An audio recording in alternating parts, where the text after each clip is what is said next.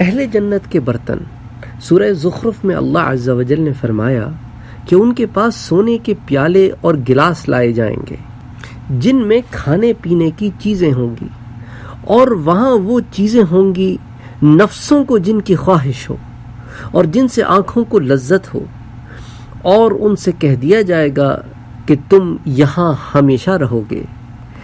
سورہ دہر میں اللہ عز و جل نے فرمایا اور ان کے پاس کھانے پینے کی چیزیں پہنچانے کے لیے چاندی کے برتن لائے جائیں گے، اور آب خورے بھی لائے جائیں گے جو شیشے کے ہوں گے، اور وہ شیشے چاندی کے ہوں گے جن کو بھرنے والوں نے مناسب انداز سے بھرا ہوگا۔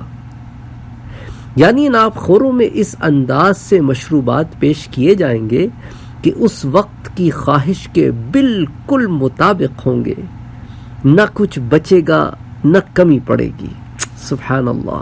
ان آیات سے جو میں نے آپ کے سامنے ذکر کی، اس سے معلوم ہوا کہ اہل جنت کے برتن سونے اور چاندی کے ہوں گے۔ سورہ زخرف کی آیت سے معلوم ہوا کہ جنت میں جو کچھ بھی ہوگا اس کا ظاہر و باطن نفیس اور حسین ہوگا، نفسوں کے لیے خوشگوار اور آنکھوں کے لیے مزیدار ہوگا۔